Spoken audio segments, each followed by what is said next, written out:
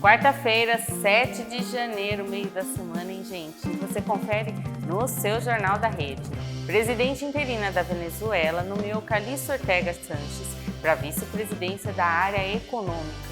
Passaporte de Elisa Samúdio foi encontrado em Portugal. Novo radar já começou a operar na região. Tem dicas de economia com Marcos Vinícius e muito mais. Está no ar o seu Jornal da Rede.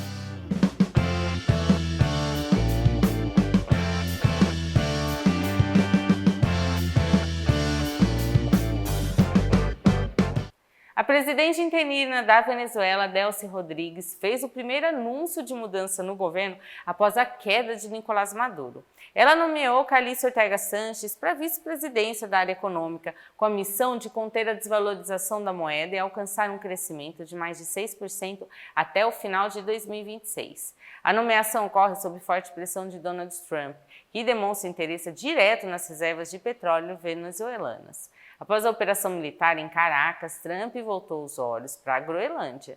O presidente americano afirmou que precisa do controle da ilha por questões de segurança nacional e pela riqueza em minerais raros. A Casa Branca confirmou que a opção militar está sob a mesa, embora o secretário de Estado, Marco Rubio, tente forçar uma venda do território.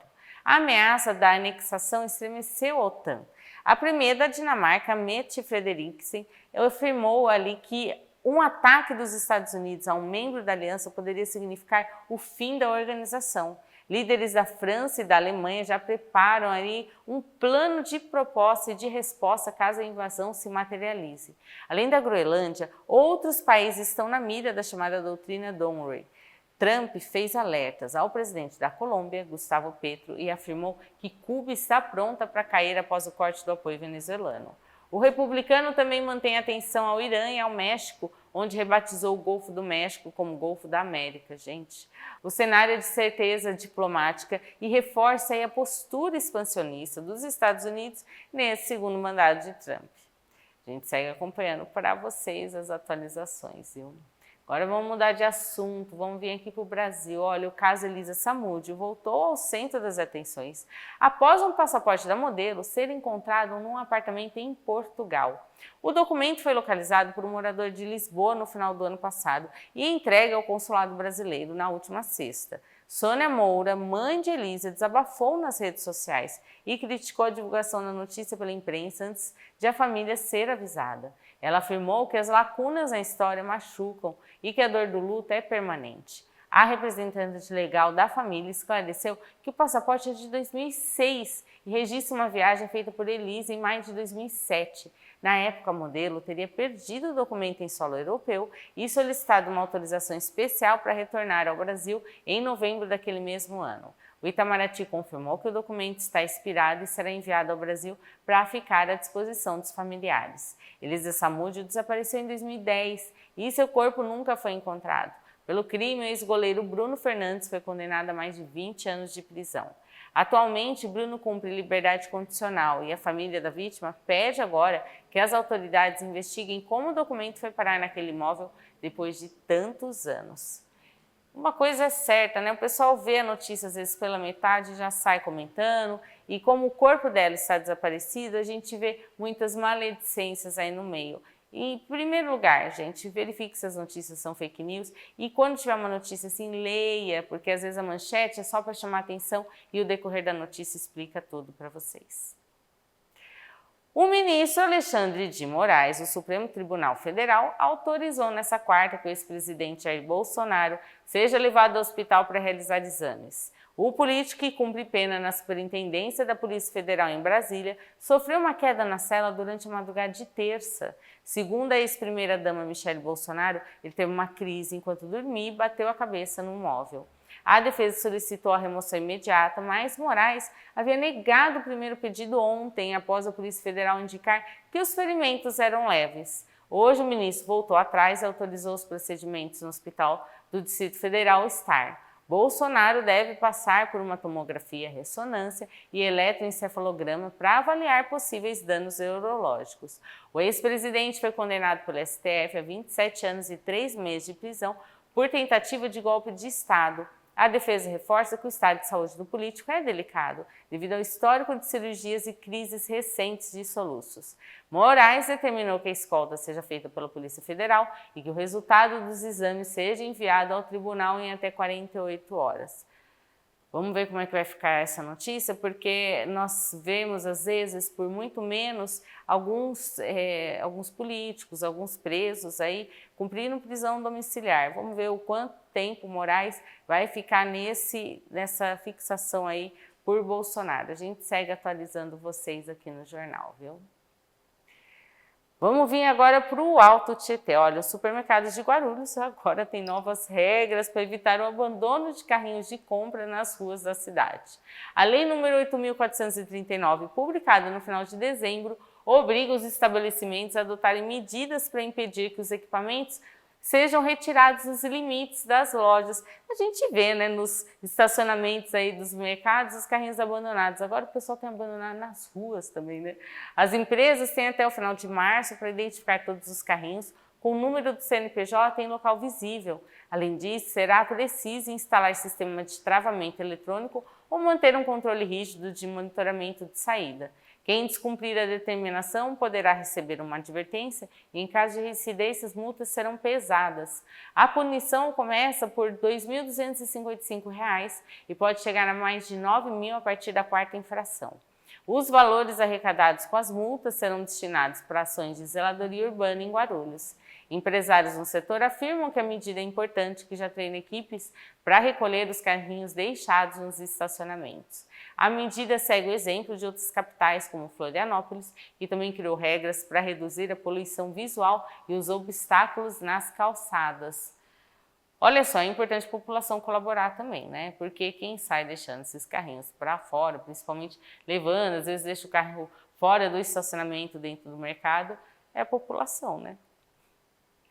Agora vamos falar de esporte aí pela cidade. O Flamengo de Guarulhos ficou no empate de 0-0 na tarde de ontem pela Copa São Paulo de Futebol Júnior. A partida foi válida pela segunda rodada do grupo disputado na cidade. No estádio Antônio Soares de Oliveira, o Corvo não conseguiu superar a defesa adversária num jogo considerado tecnicamente fraco. Com o resultado, o time guarulhense soma 4 pontos ganhos e aguarda o desfecho da rodada para saber se permanece na liderança do grupo. Herrera esteve no estádio e conversou com o lateral esquerdo do Flamengo, Lucas Albenaz, que falou sobre o rendimento do time no jogo e sobre a expectativa do próximo jogo. Albenaz, o que fala desse jogo, empate, depois de uma vitória, a bola cismou em não entrar hoje, o que falar desse 0-0 de hoje? Boa tarde primeiramente, foi um jogo truncado, a gente já sabia da forte equipe do Capivariano, que é mais forte fisicamente, mas não tão técnico assim. A gente hoje conseguiu trocar mais passes, chegar mais vezes na linha de fundo, fazer área, e hoje a gente saiu com empate, com um ponto só. A bola não quis entrar, mas vamos para cima, sexta-feira tem mais um jogo aí, que a gente possa sair com a vitória e a classificação. E o que esperar para esse jogo de sexta-feira contra o Vitória da Bahia, jogo que vale uma classificação, né? O que esperar agora, 2 dias aí para descansar, né? Quarta e quinta, esse jogo na sexta-feira.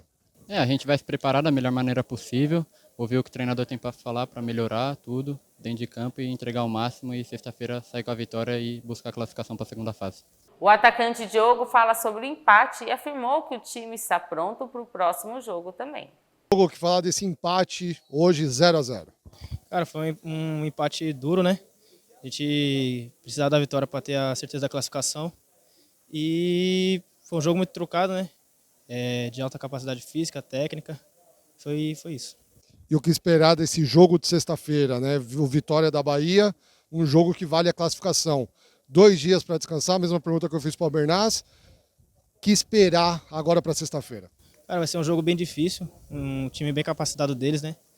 E nosso time tá bem, tanto mentalmente quanto fisicamente, e vamos para cima. O Flamengo volta a campo na próxima sexta, às 3h15 da tarde, contra o Vitória. O confronto será decisivo para o futuro da equipe na competição. Vamos torcer. Agora o assunto é sério, é segurança, viu? A Guarda Civil Municipal de Itaquá recuperou uma carga de vinhos, gente, avaliada em cerca de R$50 mil nessa segunda. Ao todo foram localizadas 144 garrafas de vinho no imóvel no bairro Marengo. Os agentes chegaram ao endereço após denúncias de movimentação suspeita de cargas no local. Além das bebidas, os guardas também encontraram 350 porções de cocaína, 70 de crack e 25 unidades de maconha dentro da residência. Não houveram prisões durante a operação. Todo o material foi apreendido e o caso foi registrado na Delegacia Central da cidade. Agora, na cidade de Suzano, a GCM capturou um procurado da Justiça na segunda-feira. A ação ocorreu por volta do 12h20, mais ou menos, durante o patrulhamento preventivo na Rua Assembleia de Deus, no Jardim Colorado. Os agentes reconheceram o suspeito, que já havia fugido de outras abordagens anteriores. O homem chegou a resistir à prisão, sendo necessário o uso de técnicas de contenção para garantir a segurança da equipe. Após a consulta ao sistema, foi confirmado o mandado de prisão em aberto contra ele pelo crime de tráfico de drogas. O procurado foi encaminhado ao 1º Distrito Policial de Palmeiras para o cumprimento da pena. E ainda na segunda, a GCM de Suzano também apreendeu mais de 200 porções de drogas. A apreensão ocorreu por volta das 2h30 da tarde no bairro Cidade Miguel Badra. Os agentes chegaram até a rua Rubens Pimentel de Medeiros após receberem uma denúncia anônima sobre tráfico na região. No local, a equipe encontrou uma sacola plástica escondida entre paralelepípedos na via pública. Dentro dela havia 68 porções de maconha, 77 de crack e 86 de cocaína, totalizando 231 unidades de entorpecentes. Todo o material foi levado para o 2º DP do Boa Vista, onde foi pesado e apreendido. A Prefeitura reforça que a população pode ajudar o trabalho da GCM através do telefone 153 ou pelo 4746-3297. Sua denúncia faz toda a diferença. E no próximo bloco, o novo radar começou a operar à meia-noite de terça e mais alteração no horário de funcionamento do Parque Centenário em Mogi. Fica aí, não dá tempo nem de você levantar que o seu Jornal da Rede já volta.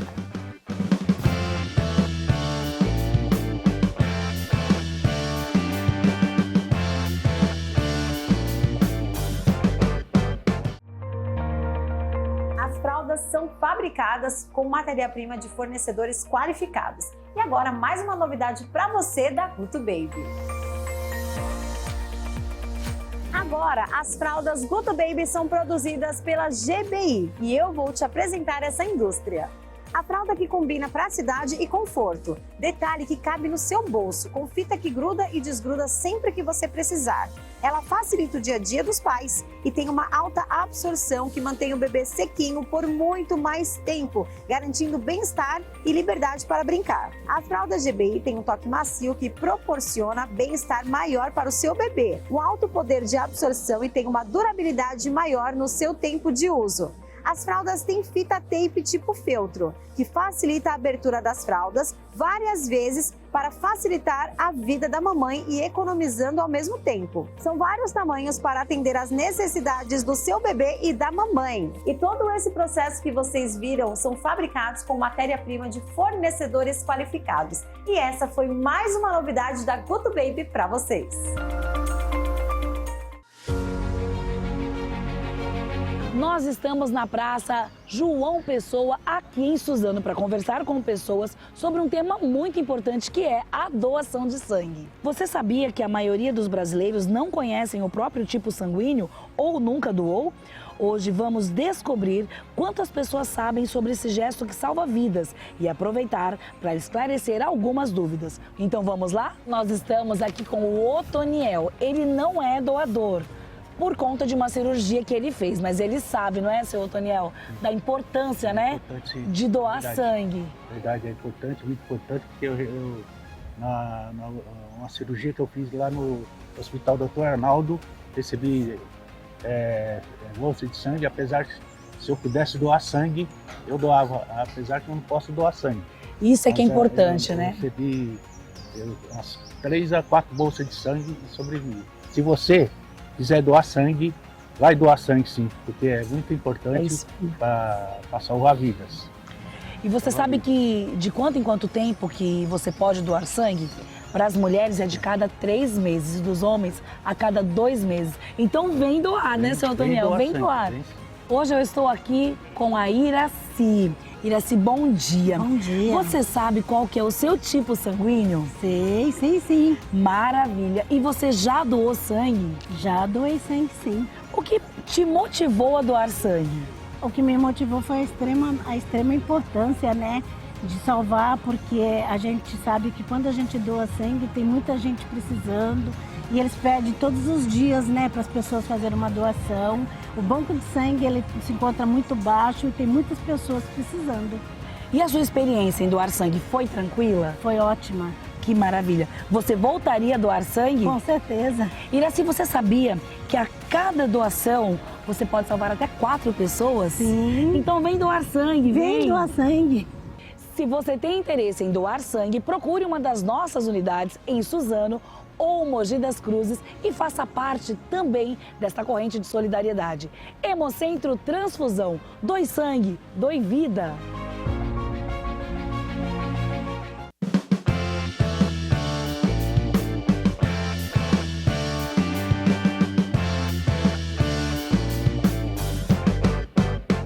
Fique atento que tem radar novo chegando aqui na região. O Departamento de Estradas e Rodagem ativou um novo radar na rodovia Henrique Queiroz, na São Paulo 66. O equipamento localizado no quilômetro 62 começou a operar à meia-noite desta terça. Os motoristas que circulam pela via conhecida como Mogi-Guararema devem ficar atentos ao limite de velocidade de 60 km. O ponto foi escolhido após um mapeamento técnico que considerou o histórico de acidentes e a travessia na fauna na região. Além de Mogi, outros 4 radares foram instalados em rodovias estaduais sob gestão do DR, totalizando agora 565 equipamentos em operação em vias não concedidas. A medida faz parte de um plano para reforçar a segurança viária e reduzir o número de acidentes nas estradas paulistas. Quem desrespeitar o limite estará sujeito a multas e autuações conforme a legislação de trânsito.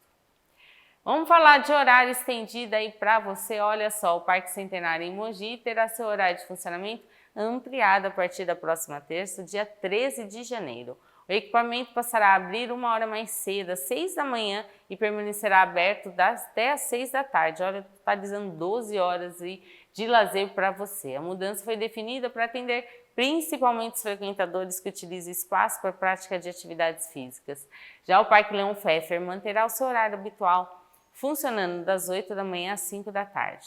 Vale lembrar que ambos os parques abrem de terça a domingo e ficam fechados às segundas para serviço de manutenção e zeladoria. O Parque Centenário vem recebendo manutenção intensiva desde o final do ano passado, incluindo a troca de 126 metros cúbicos de areia nas quadras de playgrounds, além da reforma de pontos ornamentais. A secretária de Meio Ambiente, Patrícia Cesari, afirmou que as medidas de conservação e ampliação do horário trazem melhorias condições para o público nesse início de ano. O local conta com 215 mil metros quadrados, 4 lagos e um museu que retrata a história de imigração japonesa na região. Ainda por Mogi das Cruzes, a Prefeitura da cidade prorrogou o prazo de credenciamento para os novos feirantes e comerciantes interessados em atuar ali nas feiras livres noturnas e varejões da cidade. A nova data limite é 21 de janeiro até às 9 da manhã. A medida foi tomada para dar mais tempo aos candidatos na reunião de documentos e para que todos se adaptem às mudanças feitas no edital. Ao todo, estão sendo oferecidas 59 vagas em diversos segmentos do comércio. Brás Cubas é o bairro com maior número de oportunidades, somando 11 vagas e seguindo pelo mercado produtor com 10 vagas disponíveis. Também há vagas em outros locais, como Jardim Esperança, Parque Olímpico, Vila Natal, Jundiapeba e Mogi Moderno. Entre as principais alterações no edital, o secretário de Agricultura, Renato Ábido, destacou a correção de uma vaga para o setor de laticínios no varejão de Brás Cubas, que agora será às sextas-feiras. Além disso, o formulário de inscrição foi simplificado para facilitar o preenchimento pelos interessados. O objetivo é preencher as vagas remanescentes, diversificar os produtos oferecidos à população e fortalecer a economia local. Agora vamos de previsão do tempo aqui no seu jornal. Como que foi o tempo aí para você? Tá gostando desse calor? Hoje o dia amanheceu parcialmente nublado. À tarde as temperaturas subiram e tivemos trovoadas em alguns pontos da região. Vamos ver como fica o tempo para amanhã. Em Mogi, a quinta inicia com nuvens dispersas e temperaturas elevadas logo pela manhã. À tarde, os termômetros se mantêm e temos previsão de trovoadas, mínima de 17 graus e máxima de 30. Em Guarulhos, o cenário se mantém com mínima de 19 graus e máxima de 31. Agora, Marcos Vinícius traz para você dicas para sair das dívidas. Marcos Vinícius, dívida todo mundo tem, hein? Conta pra gente quais são suas dicas hoje.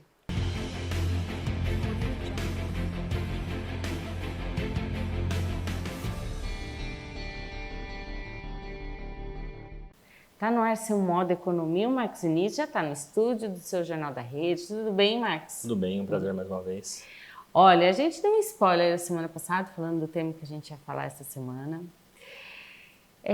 A pessoa às vezes se enrola muito com dívida, não segue seus conselhos e acaba se enrolando com dívida.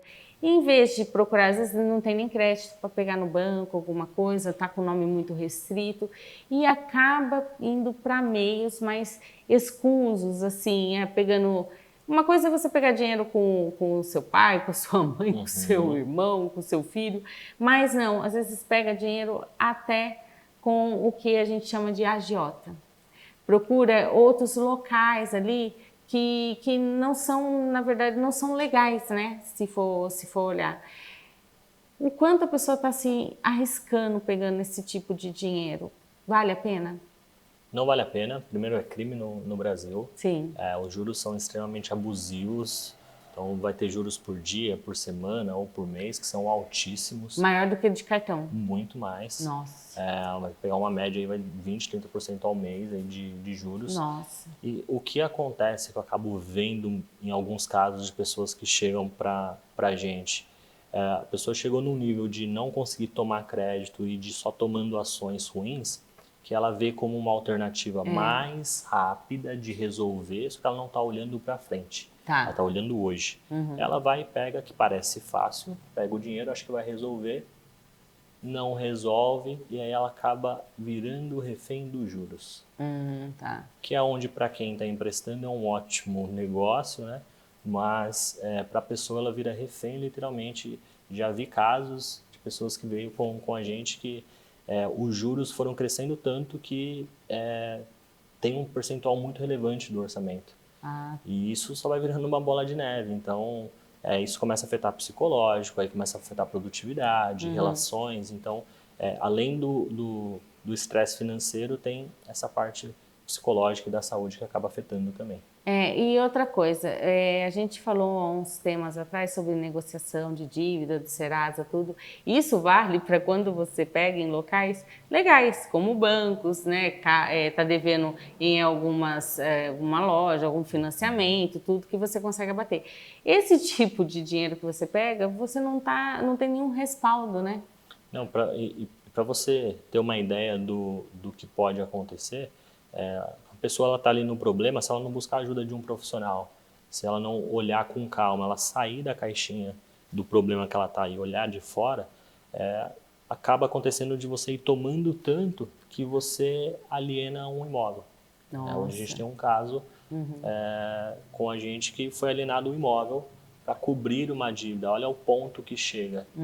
Então tem que tomar muito cuidado com isso e, como você falou muito bem, você não vai conseguir negociar com essas pessoas.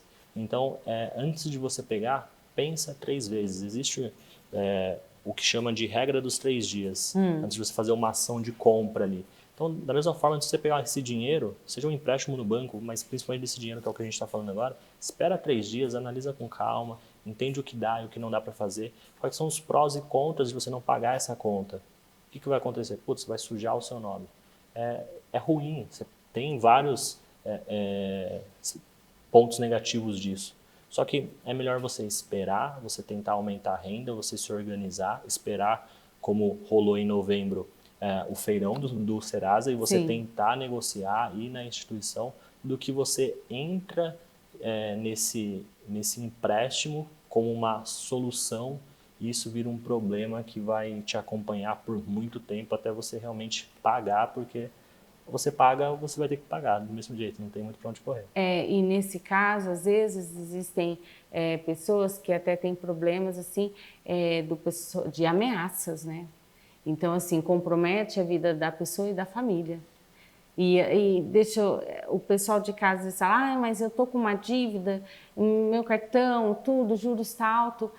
Compensa-se às vezes deixar os juros que está rolando da dívida, do cartão, do financiamento que você está fazendo, então, do que chegar a pegar esse dinheiro. Não, é contra-intuitivo, mas é entender realmente esses prós e contras e ninguém gosta de ter um nome sujo, de ser cobrado, mas é você avaliar. É melhor você estar sendo cobrado por uma instituição que você vai conseguir ter abertura para negociar e de repente negociar dentro do que você pode pagar efetivamente, do que você entrar nesse caminho que parece fácil e aí é onde você vai virando refém disso e aí começa a ter todos os outros problemas, risco à integridade física, à família e tudo mais, porque ou você paga, infelizmente.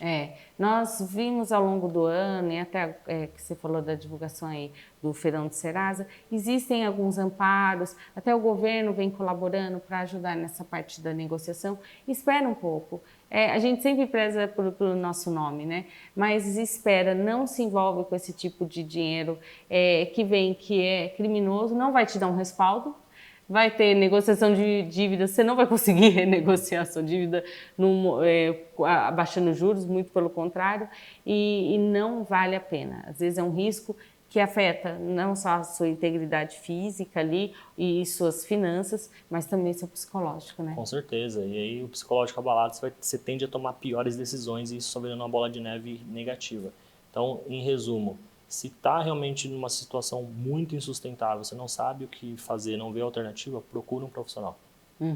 Procura ali um consultor, um planejador para te orientar, porque é melhor você mostrar para ele o problema e ele te orientar do que você fazer e depois procurar ajuda, que ele não vai ter muito o que fazer. Às vezes um terceiro, né, a pessoa que está fora do problema pode te dar uma palavra ali que você vai falar, vou esperar um pouquinho, Exato. Dar um norte aí para a pessoa. Marcos Vinícius, a gente veio com esse tema, né? Porque principalmente final de ano, tudo, o pessoal às vezes acaba contraindo mais dívida e recorrendo a alguns recursos ali. Uma coisa que você deve às vezes para o pai, para a mãe, que você pediu um dinheirinho. Não acho normal ficar pegando dinheiro assim. Mas não... Espera um momento aí, está numa situação que você acha que não vai sair, procura uma consultoria. Tem muitas consultorias, às vezes online, consultoria grátis, às vezes até em Procon, em OAB, que mesmo assim, para essa parte de finanças, eles prestam, né? Exato. E espera um pouquinho, sempre respira. 3 dias, né? Exato. Vale a pena. Olha com calma para evitar problemas lá na frente. Isso. Semana que vem você está de volta aí com um outro tema aí muito especial para o pessoal de casa. E olha, sempre pensando em poupar um dinheirinho, né? Sim, sempre aproveitar bem o dinheiro. Isso. Até o próximo Moda Economia com Marcos Vinícius.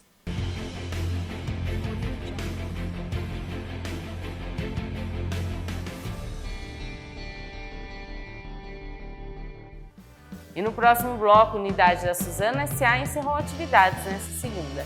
E mais, tem um balanço positivo da Feira de Artesanato em Suzano.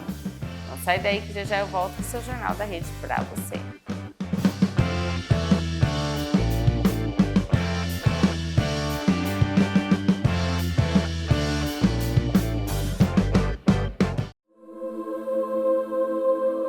Quem é Santa Rita de Cássia? Nascida na Itália com o nome de Margherita Ferilotti, nascida na cidade de Roccaporena, na Itália, em 1381, foi uma freira agostiniana da Itália. Após a morte de seu marido, ela se juntou a uma pequena comunidade de freiras, que mais tarde se tornaram agostinianas, onde era conhecida tanto por praticar a mortificação da carne, quanto pela eficácia de suas orações. Vários milagres são atribuídos à sua intercessão, e ela é retratada com uma ferida sangrando na testa, que seria a chaga que recebeu de Jesus da coroa de espinhos. 5 meses antes da morte de Santa Rita, um dia de inverno com a temperatura gelada e um manto de neve que cobria tudo, uma parente a foi visitar e antes de ir embora, perguntou a Santa Rita se ela desejava alguma coisa. Rita respondeu que teria o desejo de uma rosa da sua horta. A parente foi até lá e grande foi a sua surpresa quando viu uma belíssima rosa em pleno inverno. A acolheu e a levou a Rita. Assim, Santa Rita foi denominada a Santa das Rosas e das Causas Impossíveis. Ela morreu em 22 de maio de 1457. O corpo de Santa Rita, que permanece incorrupto, ou seja, não mumificado, ao longo dos 568 anos, é venerado hoje no Santuário de Cássia. Muitas pessoas do mundo todo visitam seu túmulo. O corpo está coberto pelo hábito agostiniano costurado pelas freiras do mosteiro e colocado numa caixa no interior da capela, de estilo neobizantino, onde todos podem ver. E é assim que se encontra também esta réplica do corpo da santa nesta paróquia de Suzano, para que as pessoas possam vir, visitar e aproveitar para fazer seus pedidos. Venha você também conhecer a imagem da Santa das Causas Impossíveis. Atenção, empreendedor do Alto Tietê e Guarulhos. O seu marketing simplesmente não pode parar nesse final de ano. Quer o máximo de visibilidade? A Rede Alto Tietê é a emissora que mais cresce na região. A sua chance de estourar nas vendas está aqui, no canal 527 da Claro e também no YouTube. Chegando nas 12 cidades do Alto Tietê e em Guarulhos. E não é só uma propaganda rápida não, é visibilidade total. O seu comercial vai ao ar mais de 10 vezes por dia. Sim, 10! O pacote é incrível. Reserve agora o seu espaço nos próximos 3 meses. Natal, festas e também o início do Ano Novo. É tráfego de clientes garantido na TV pela Claro e também nas redes sociais. Não fique para trás, o seu sucesso é a nossa audiência. Anuncie na Rede Alto Tietê. Ligue e se informe. Vamos fechar esse ano no topo.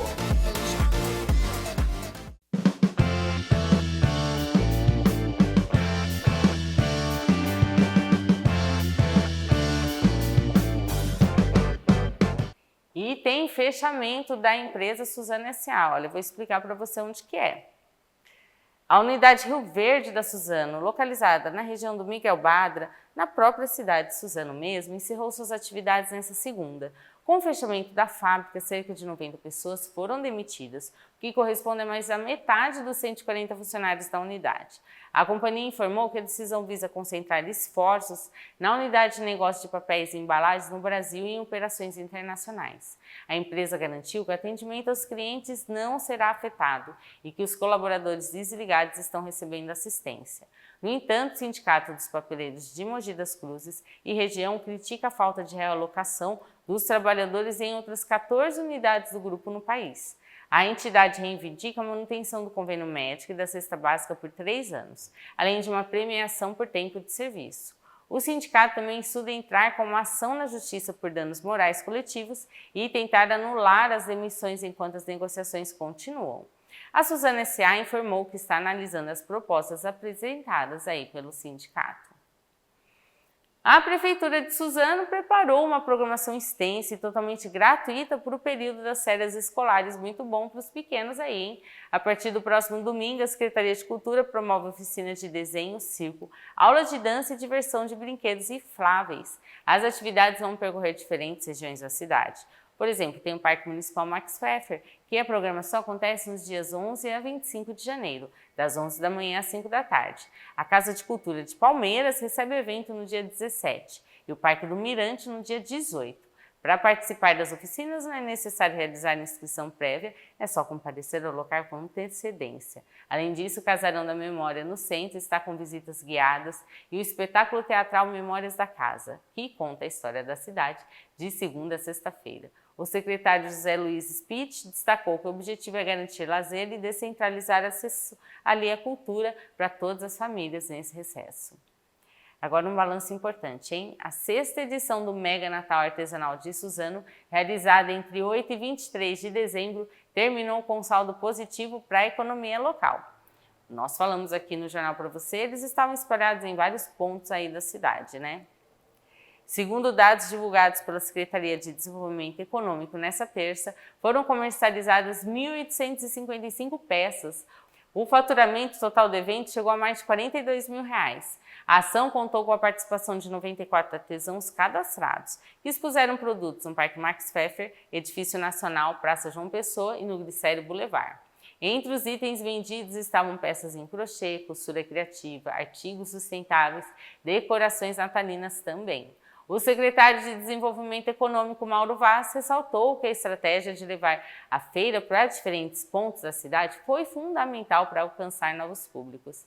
Já a primeira-dama e presidente do Fundo Social, Débora Rafuiz, enfatizou que a iniciativa promove a inclusão e estimula a geração de renda para os talentos aí da cidade. E depois dessa notícia boa, a gente fica por aqui. Uma ótima noite para vocês. A reapresentação desse jornal é cedinho, às 7h30 da manhã. Acompanhe tudo que nós temos no portal da cidade, aí no nosso portal da Rede Alto Tietê, no YouTube com toda a programação e os bastidores, você fica dentro do nosso Instagram. Amanhã tem muito mais.